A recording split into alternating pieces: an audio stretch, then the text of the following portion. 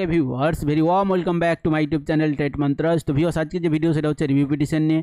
তো review petition নিয়ে কী news A to Z সব কিছু তোমাদের সামনে শেয়ার করবো। So without any further delay let's discuss together. তো তোমাদের প্রিভিয়াস ভিডিওতে আমি বলেছিলাম যে পশ্চিমবঙ্গ সরকার অর্থাৎ রাজ্য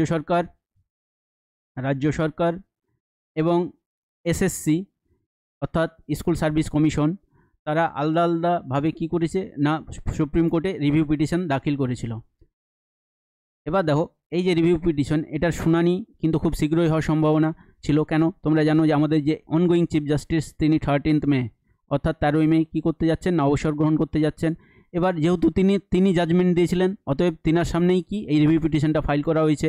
এবার দেখো, আজকে যে তারিখ সেটা হচ্ছে 8ই মে, মানে আজকের যে শুনানি হওয়ার সম্ভাবনা কিন্তু ছিল প্রবল, কিন্তু এখনও পর্যন্ত যা খবর পাওয়া যাচ্ছে যে এখনও পর্যন্ত কোনো শুনানির খবর নেই, তাই তো?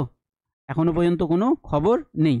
এবার দেখো, যদি আজকে শুনানি না হয় তাহলে তোমরা মিডলে জানো শনি রবিবার আছে, তার মানে হাতে মাত্র একদিন। এবার যেহেতু উনি চিফ জাস্টিস, ওনার অনেক কাজ থাকেন, তার মানে বুঝতে পারছো যে এই যে রিভিউ পিটিশন এক্সামাইন কিন্তু করার কি না সম্ভাবনা খুবই কম।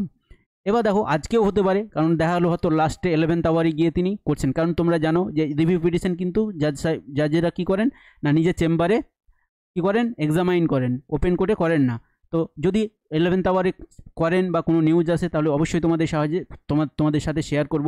তাহলে এবার দেখো, এবার কি হবে যদি ইনকেস দেখা গেলো এই চিফ জাস্টিস যে অনগোয়িং চিফ জাস্টিস তিনি কী করবেন না 13ই মে অবসর গ্রহণ করে নেবেন। এবার তিনি আর রিভিউ পিটিশন দেখলেন না, তাহলে কি হবে? এটা কি রিজেক্ট হয়ে যাবে?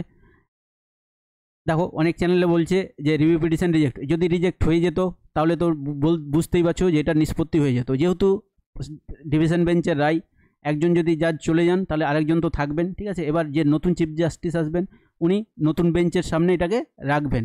তো এই যে তোমার নতুন বেঞ্চের সামনে রাখবেন, আবার নতুন চিফ জাস্টিস আসবেন, কখন এটাকে লিস্টিং করবেন, এই নিয়ে কি হচ্ছে না অনেক কি হয়ে যাবে না সময় সাপেক্ষ ব্যাপার হয়ে যাবে। তার মানে এটা খুব কী হয়ে গেল না অনেক লেট হয়ে যাবে। তো এই ছিল তোমাদের আজকের ভিডিও। যদি আবার কোনো নিউজ আসে তো অবশ্যই তোমাদের সামনে আমি প্রেজেন্ট করব। এবার দেখো, এই ভিডিওগুলো পাওয়ার জন্য কি করবে না তোমরা এই চ্যানেলটাকে সাবস্ক্রাইব করে দেবে এবং ভিডিওটাকে লাইক করে দেবে। Thanks for watching this video.